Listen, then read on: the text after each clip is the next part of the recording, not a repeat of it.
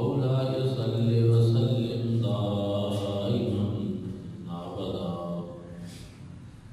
على حبيبك خير الخلق كلهم هو الحبيب الذي ترجى شفاعته لكل حول من الاحوال مقتحم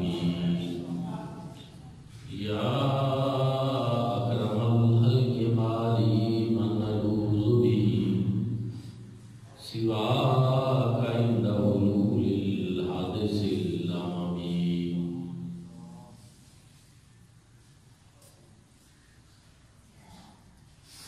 نہایت ہی واجب الاحترام میرے بزرگوں دوستوں،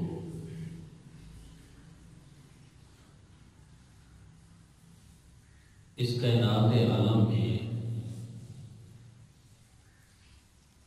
اللہ رب العزت نے بے شمار انسان بھیجے ہیں، لیکن سب کا جینا اور سب کا مرنا یہ ایک جیسا نہیں ہے، اس میں فرق ہے۔ وہ لوگ کہ جنہوں نے اپنی پوری زندگی اللہ اور اس کے رسول صلی اللہ علیہ وآلہ وسلم کے فرامین کے مطابق گزاری،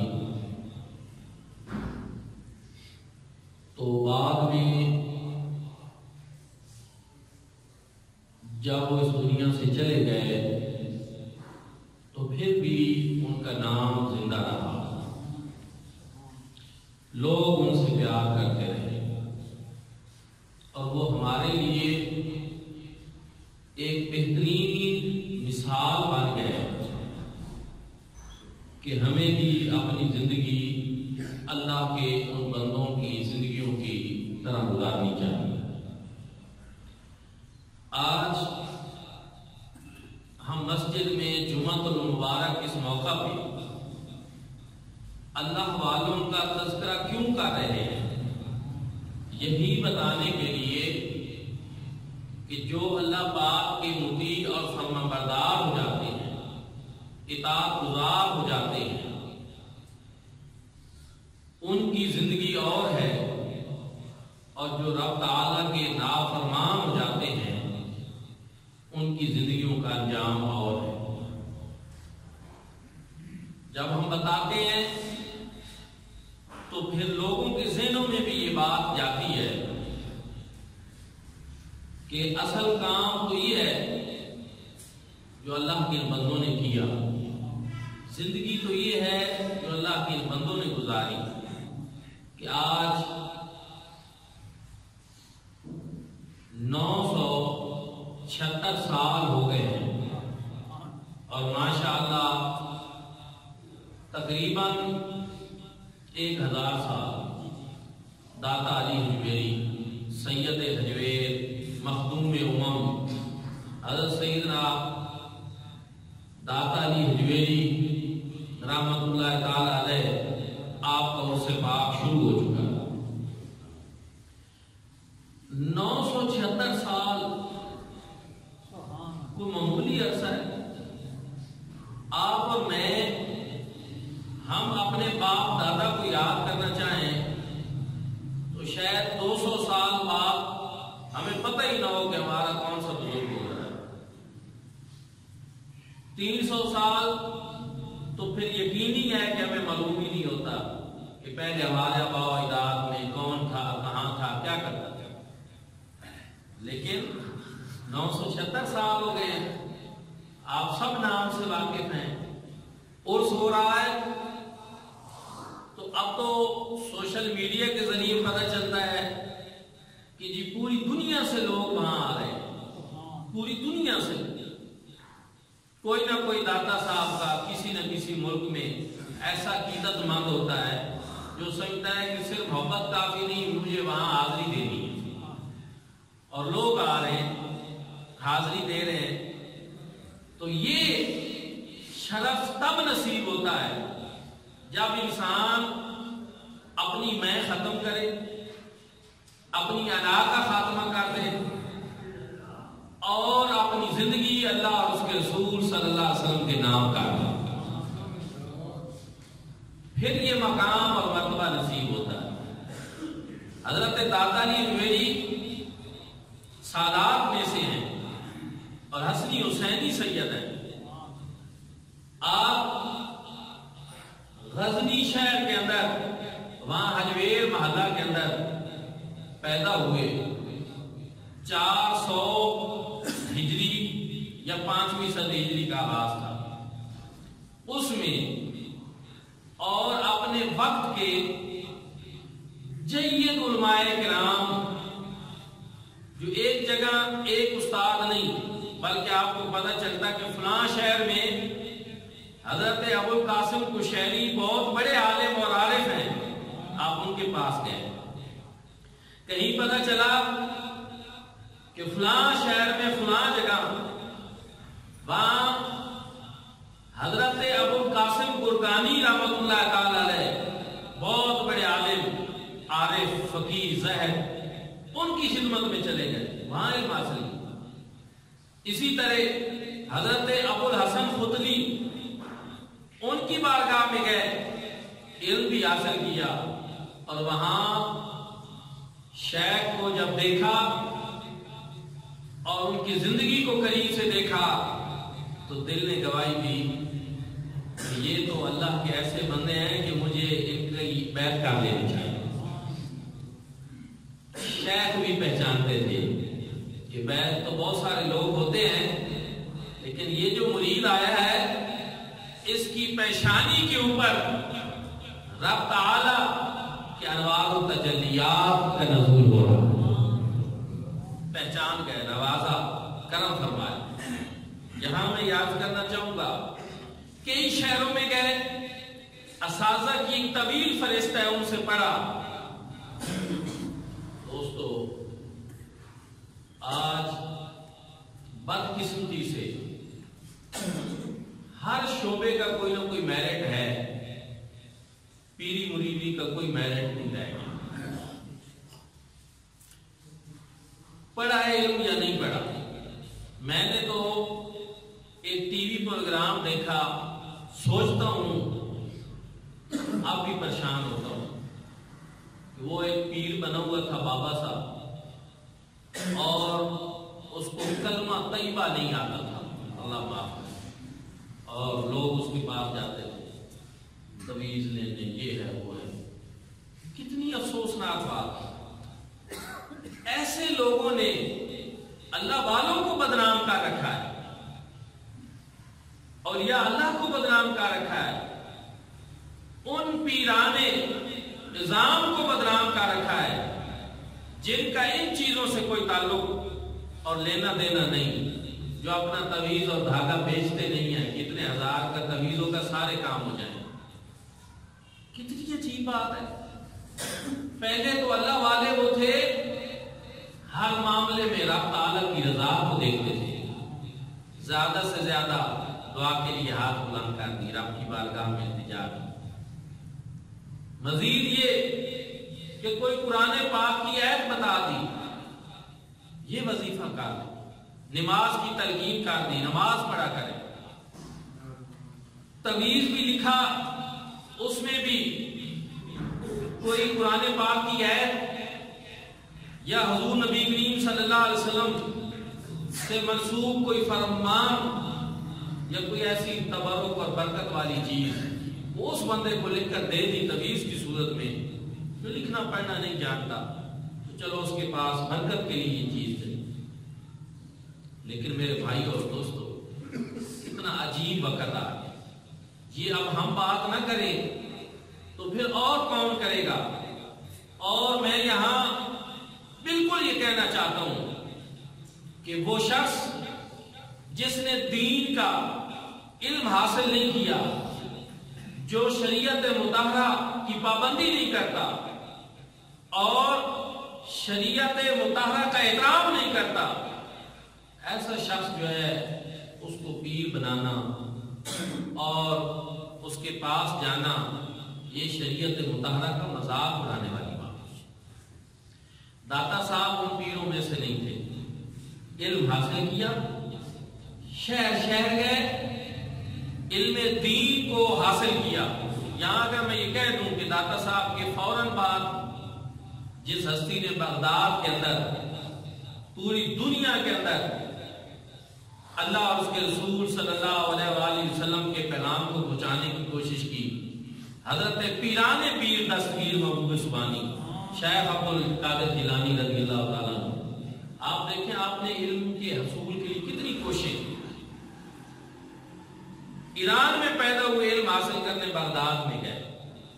میرے بھائیوں اور دوستوں، ولی کامل کی پہلی نشانی یہ ہوتی ہے کہ وہ علم دین کے حصول کی کوشش کرتا ہے، ظاہری علم، شریعت مطہرہ کی پابندی کی کوشش کرتا ہے، اور شریعت مطہرہ کے بغیر طریقت کا حصول ممکن ہی نہیں ہے، کیونکہ داتا صاحب کی کشف المحجوب جو آپ کی شاہکار تصنیف ہے، اس کے اندر آپ دیکھیں تو یہی روایات ملتی ہیں کہ ایک شخص اگر ہوا میں اڑتا ہوا نظر آئے لیکن وہ سنت مطہرہ کی مخالفت کرنے والا ہو تو وہ شخص جو ہے کبھی بھی ولی اللہ نہیں ہو سکتا۔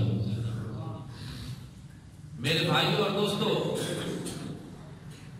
پھر آپ نے علم حاصل کرنے کے بعد اپنے شیخ کی بارگاہ میں جب حاضری دی تو انہوں نے حکم فرمایا، اور یہ میں نے کچھ کتابوں میں پڑھا، کچھ نے نہیں بھی یہ بات لکھی آپ کے تذکرہ نگاروں نے، لیکن کچھ نے لکھی ہے، اس لیے بیان کر رہا ہوں۔ شیخ نے کہا کہ آپ لاہور جائیں اور وہاں پر لوگوں کو اللہ اور اس کے رسول صلی اللہ علیہ وآلہ وسلم کے احکامات پہنچائیں اور لوگوں کو مسلمان کریں، دین کا پیغام پہنچائیں، اسلام کا نور وہاں پہنچائیں، قرآن و سنت کی روشنی جو ہے وہاں پہ عام کریں۔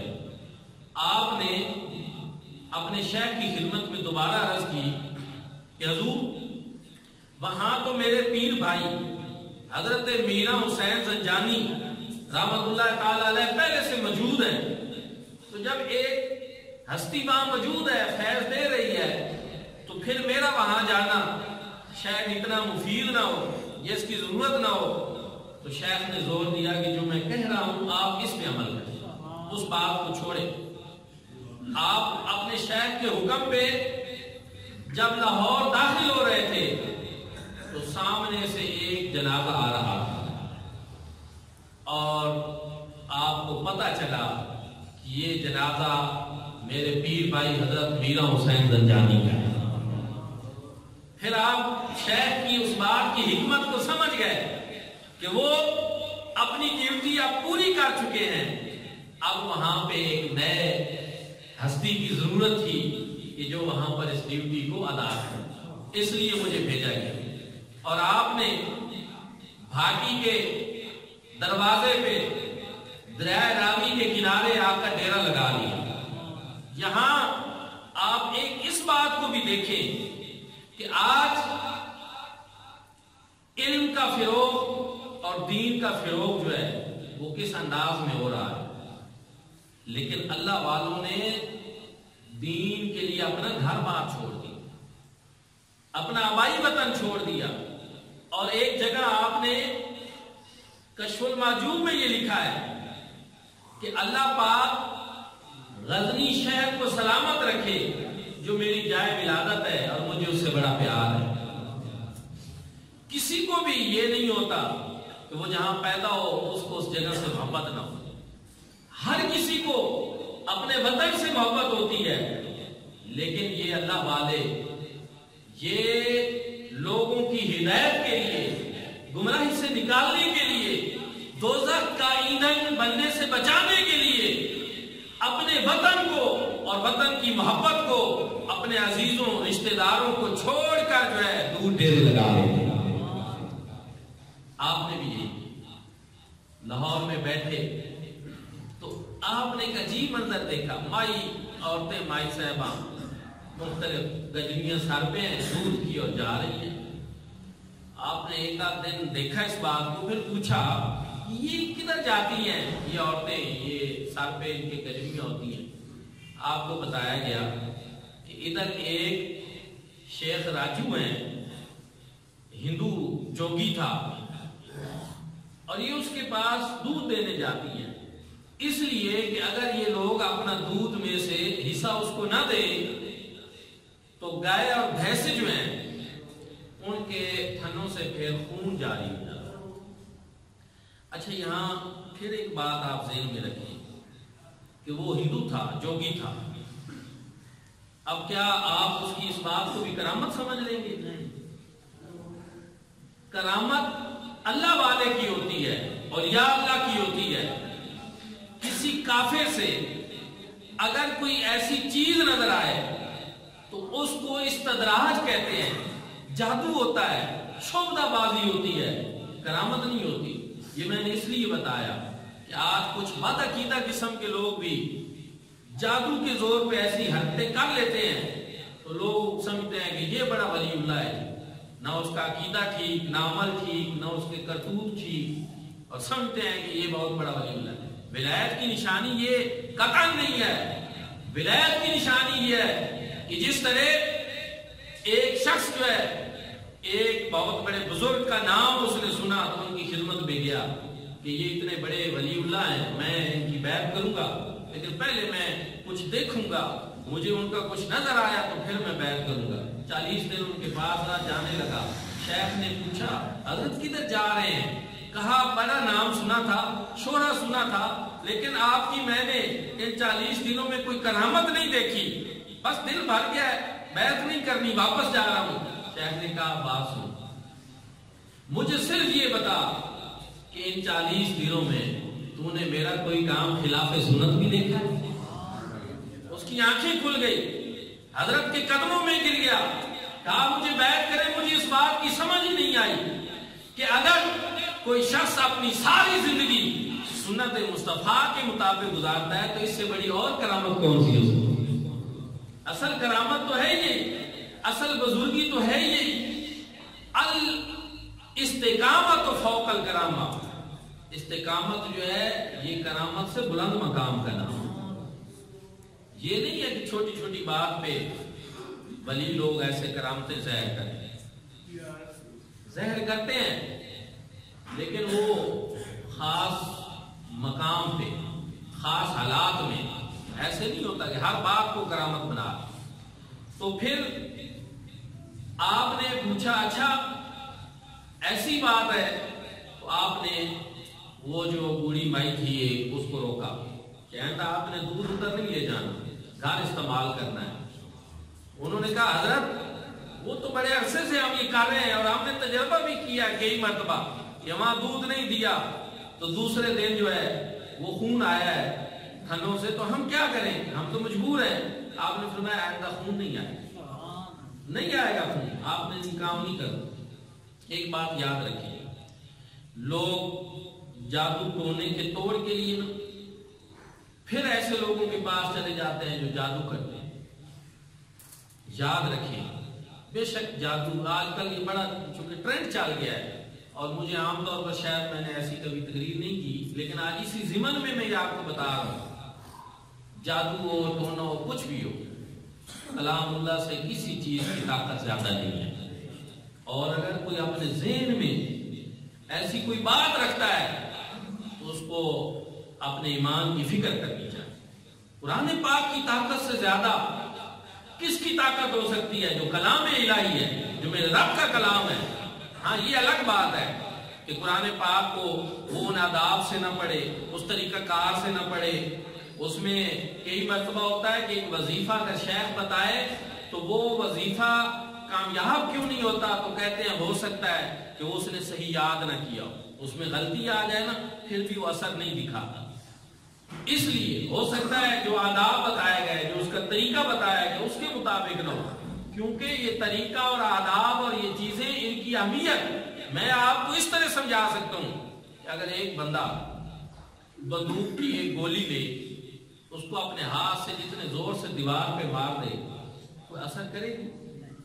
اس کو کہیں کسی کو مار دے اس کو اثر کرے گی، لیکن اگر وہ بندوق کی ایک مخصوص جگہ میں رکھ کر اس کو مخصوص طریقے سے ایک چھوٹی سی پین کے ذریعے جو اس کو ہٹ کرتی ہے پھر کسی کو مارے تو کیا اثر ہوگا؟ فوراً بندہ جو ہے وہ تو زخمی ہو جائے گا یا فوت ہو جائے گا۔ اب دیکھیں کہ ایک مخصوص طریقہ اور چھوٹی سی وہ پین اور اس کی وہ جو ہٹ کرنا ہے اس کے ذریعے اس نے کتنا اثر دکھایا ہے، ورنہ بندہ اپنے ہاتھ سے اس پین سے کئی گنا زیادہ طاقت کے ساتھ مارتا ہے لیکن وہ اثر نہیں ہوتا۔ یہی چیز ہے کہ ایک وظیفہ جو اس طرح بندہ پڑھنا ویسے ہی شروع کر دیتا ہے وہ اس وجہ سے اثر نہیں دکھاتا کہ جب اس کو کوئی شیخ کامل ایک مخصوص طریقے سے بتاتا ہے کہ یہ آداب ہیں کہ باوضو ہو، نماز کے بعد ہو، اتنی تعداد میں ہو، اس طرح ان الفاظ کے ساتھ آپ پڑھیں تو پھر اس کا اثر جو ہے بغیر بندوق کے گولی مارنے اور بندوق کے اندر رکھ کر پن کے ذریعے گولی مارنے ان دونوں میں جتنا فرق ہے اس وظیفے کا بھی اتنا ہی فرق ہوگا۔ بہرحال آپ نے منع کر دیا آئندہ نہیں جانا۔ وہ راجو نے کہا جوگی نے کہ عجیب بات ہو گئی ہے، ایک دن تو اس نے دیکھا، اس نے کہا یہ کوئی وہ عورتیں جو دودھ لے کر آتی تھیں اب کیوں نہیں آ رہی، میرا دودھ کیوں بند ہو گیا ہے، یہ کیا چکر ہے؟ کسی نے اس کو بتایا کہ یہاں بھاٹی کے دروازے پہ ایک اللہ والے نے ڈیرا لگایا، ایک بابا آ گئے وہاں پہ اور انہوں نے منع کیا۔ اس نے کہا یہ کون ہوتا ہے؟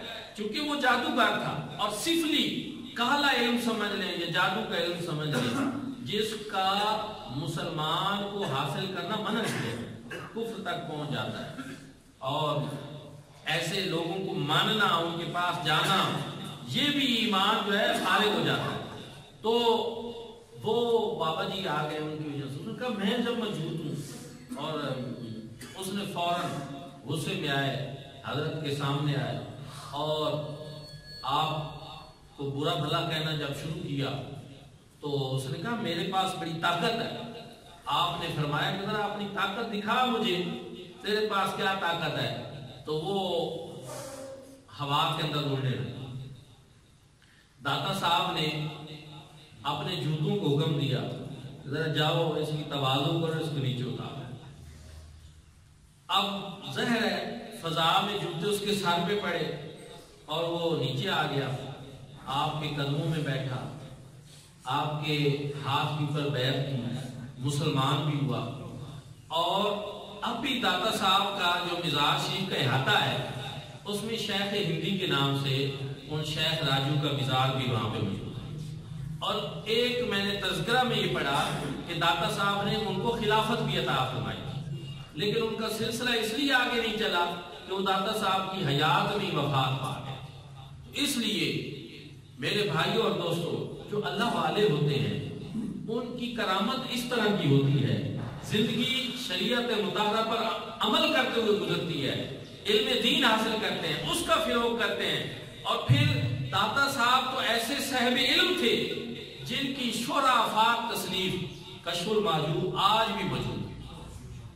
انگریز آر اے نکلسن نے اس کا انگریزی میں ترجمہ کیا تھا، جو ایرانی کتب خانے سے پھر یہاں پاکستان میں پہنچا اور اس کی اردو تراجم بھی ہوئی، اور اس کتاب کی مقبولیت کا اور اس کے مستند ہونے کا اندازہ آپ یہاں سے لگائیں کہ کسی ایک مکتبہ فکر کے بزرگ نے نہیں بلکہ تمام جو اہل اسلام کے یہاں مشہور اور معروف مکاتب فکر ہیں سب کے لوگوں نے اس کا ترجمہ کیا، اور سب لوگوں نے وہاں پہ جو ہے حاضریاں دی۔ میں پڑھ رہا تھا مولانا اشرف علی تھانوی صاحب نے داتا صاحب کے مزار پہ حاضری کی، دیوبند کے بزرگوں میں سے ہیں۔ جب انہوں نے حاضری دی تو انہوں نے اپنے دوستوں کو کہا کہ میں یہاں دیکھ رہا ہوں کہ یہاں میرے لیے چلنا مشکل ہو رہا ہے داتا صاحب کے دربار پہ، کیوں؟ اس لیے کہ یہاں ملائکہ حاضری لیتے ہیں اور مجھے کوئی جگہ ان سے خالی نہیں نظر آ رہی۔ وہ اس طرح کے بزرگ تھے۔ جہاں حضور خواجہ خواجگاں چشت اہل بہشت کے سرخیل حضرت خواجہ معین الدین چشتی اجمیری غریب نواز نے وہاں پہ حاضری دی، چلہ کشی کی، اور 40 دن کے چلہ کے بعد جب آپ وہاں سے اٹھے تو ایک پیغام لوگوں کو دیا کہ یہاں میں بیٹھا رہا ہوں اللہ والے کے دروازے پہ اور ان کے قدموں میں، تو میں خالی ہاتھ یہاں سے نہیں جا رہا۔ اور میں یہاں ایک یہ بھی بتا دوں، داتا صاحب بھی سادات میں سے تھے اور خواجہ صاحب بھی سادات میں سے تھے، اور پھر بالآخر آپ دونوں کا شجرہ جو ہے وہ اکٹھے بھی ہو جاتا ہے۔ تو اب وہاں حاضری دی اور جو کچھ ملا اس کو بیان کیا۔ گنج بخش فیض عالم، مظہر نور خدا، ناقصاں را پیر کامل، کاملہ را رہنما، کہ آپ فیض کے خزانے عطا فرمانے والے، گنج بخش فیض عالم، مظہر نور خدا، اور رب تعالیٰ کی ذات کے انوار و تجلیات کا آپ مظہر ہیں۔ رب تعالیٰ کی ذات کا پتہ آپ سے چلتا ہے۔ ناقصاں را پیر کامل، اور جو ناقص ہیں ان کے لیے آپ کی ہستی ایک پیر کامل کی ہستی ہے، کاملہ را رہنما۔ اور یہ نہیں کہ صرف ناقص وہاں سے فیض پائیں گے، اگر وہاں کوئی کامل بھی آ گیا تو اس کی رہنمائی بھی آپ ہی فرمائیں۔ آپ کا یعنی مقام اور مرتبہ جو ہے وہ کاملین سے بھی آگے بڑھ کر ہے، اور ان کی بھی آپ رہنمائی فرمانے والے ہیں۔ میرے بھائیو اور دوستو، وہاں حضرت بابا فرید الدین مسعود گنج شکر رحمت اللہ تعالی علیہ آپ نے چلا کی۔ ہر دور کے بادشاہوں نے وہاں پہ حاضری دی، اور ان کی حاضری دینے سے یہ نہیں کہ داتا صاحب کا کوئی مقام بلند ہوا، بلکہ اصل پتہ یہ چلا کہ حقیقی بادشاہ جو ہے وہ اللہ اور اس کے رسول کے سامنے جھک جانے ہیں۔ یہ باقی بادشاہ تو عارضی بادشاہ تھے، اور کچھ لوگوں نے تو روحانی طور پر یہ بھی دیکھا کہ یہ بڑے صغیر کے اندر یہ جو بادشاہ بنتے ہیں اور اترتے ہیں، ان سب کی زمام جو ہے وہ داتا حضور کے ہاتھوں میں ہوتی ہے۔